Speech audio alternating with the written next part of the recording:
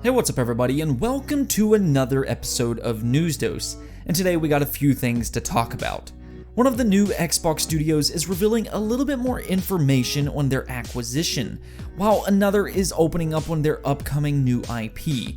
One thing is for sure though, the new Xbox studio seems to be excited for their relationship with Microsoft and what they can do together, so we will talk about that here in just a moment. And then we also got confirmation from Capcom that Devil May Cry 5 and Resident Evil 2 Remake was an indisputable success. That is their words, not mine, so before we get into the Xbox stuff, let's talk about that for just a moment. So it's been no secret that Capcom has been having a good year, and really we can actually say the last few years, especially with Monster Hunter World, but fans' perspectives are often misaligned with the expectations of a big company.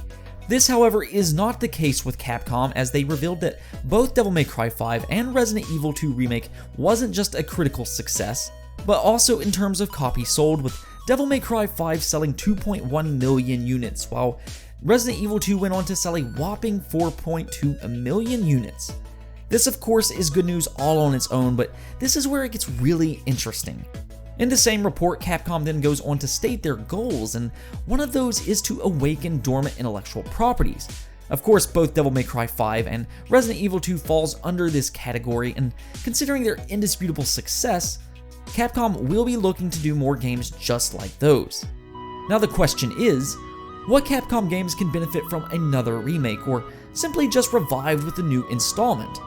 I think the first and very obvious choice would be Resident Evil 3, and I do think that is a shoo-in to happen by this point.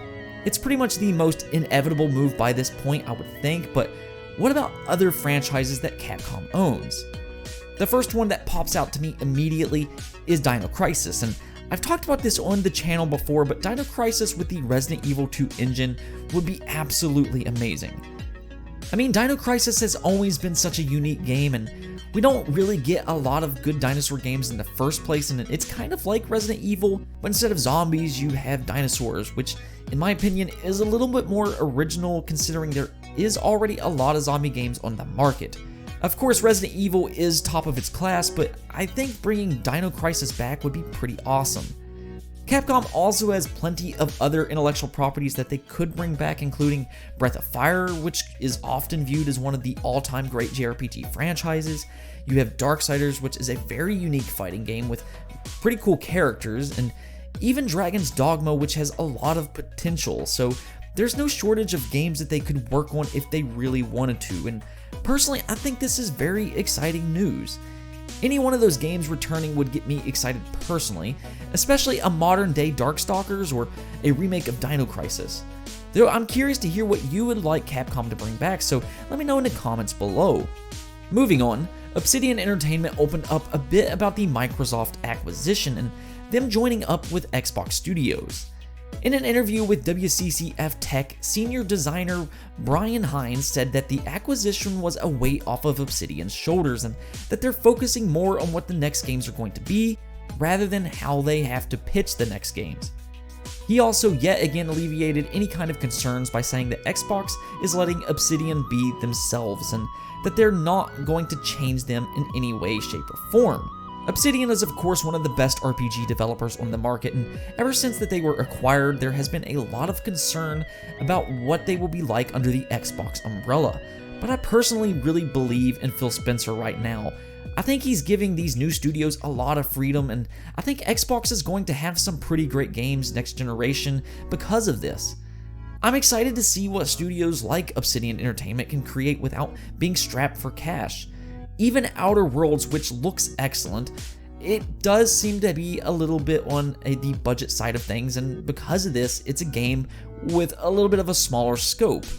Though again, it looks like it will be excellent, and really, I am excited to try this out just later this month. It will be on Xbox Game Pass, as well as PlayStation and PC. I mean, it's even coming to Nintendo Switch at some point. I mean, it looks like an excellent game. Now, speaking of Xbox Studios, InXile is also hiring for a new intellectual property, which appears to be a AAA RPG with action elements. This is based off of a job posting, but it certainly sounds like InXile is going bigger with whatever this game will end up being. InXile at the moment is also working on Wastelands 3, but when I hear action elements, I'm thinking more along the lines of a game with freeform combat rather than point and click. I've said this before, but I think InXile may really surprise some people next generation, because they've always been really good with RPG games, but with the bigger budget, they may really throw down the gauntlet here. Honestly, when it comes to Western RPG games though, Xbox looks like it may be loaded next generation. Not only do they have both Obsidian Entertainment and InXile working on RPG games, they also have Playground Games, which is working on a big AAA RPG too, which is probably Fable. I mean, well, let's be honest, it is Fable.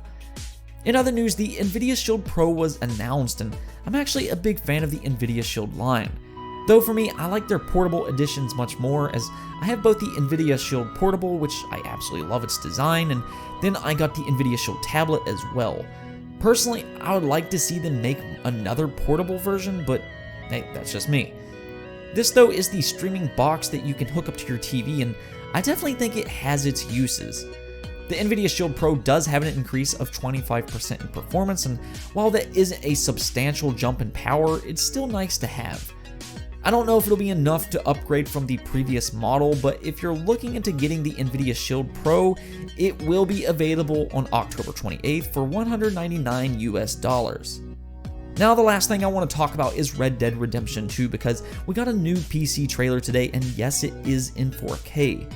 Now, Red Dead Redemption 2 was already one of the best looking games on the market, and I played it on Xbox One X myself, and it really did look amazing. This game on PC though is going to be jaw-dropping, I think. It has several new graphical features, including better textures, shadows, and draw distances, which will be really nice in a big open world like this, but it also has new content as well, including new weapons, horses, gang hideouts, bounty missions, and for you treasure hunters out there, treasure maps as well. Red Dead Redemption 2 is releasing on November 5th, and hey, I might actually rebuy this one. What about you? Anyways though, that's it for this video, but if you liked the video, don't forget to hit that bell notification and subscribe button. Peace out.